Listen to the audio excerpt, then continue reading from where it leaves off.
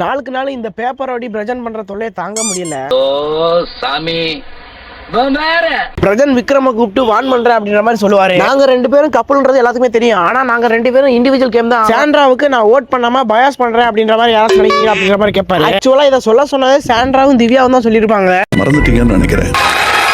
அவங்கள ஓட் பண்ணாம இருந்து பயாஸ் பண்ண நினைக்கிறீங்களா யாராவது? உன்னெல்லாம் பார்த்தா கலாய்க்கணும்னு கூட தோணலடா, காரி துப்பணும் போல தோணும். இதெல்லாம் வந்து உள்ள இருக்க கண்டஸ்டன்ட் வேணா பார்க்காம இருக்கலாம். இதை பிக் பாஸ் பார்க்காம இருப்பாரா? அவர்கள் ஆசைக்கிணங்க சிறைக்கு அனுப்ப முடிவெடுக்கப்பட்டுள்ளது. ஓடவும் முடியாது, ஒளியவும் முடியாது. பிக் பாஸ் இப்படியெல்லாம் பிரஜன் பேசும்போது விக்ரம் எதுவுமே பேச மாட்டார் அப்படின்னு தான் பிரஜன் நினைச்சிருப்பாரு போல. விக்ரம் பேசுறத பார்த்துட்டு பிரஜன் என்ன சொல்ல வரான்றதே மறந்துட்டார் போல. நிமிஷம் பிக் பாஸ் ரிக்வெஸ்ட் பண்ணி நான் டோர் திறந்து வைக்க சொல்றேன். நீங்க வீட்டுக்கு போய் வைஃப் போய் சொல்லுங்க. நீங்க தானே சொல்றீங்க. நீங்க ஐயோ பாவம், அவரே கன்ஃபியூஸ் ஆயிட்டாரம்மா. அனுப்பி வைக்கிறேன். சொல்லுங்க. சேது வரும்போது சொல்லி வைங்க. என்னடா கடன் வாங்கி காமெடி பண்றீங்க?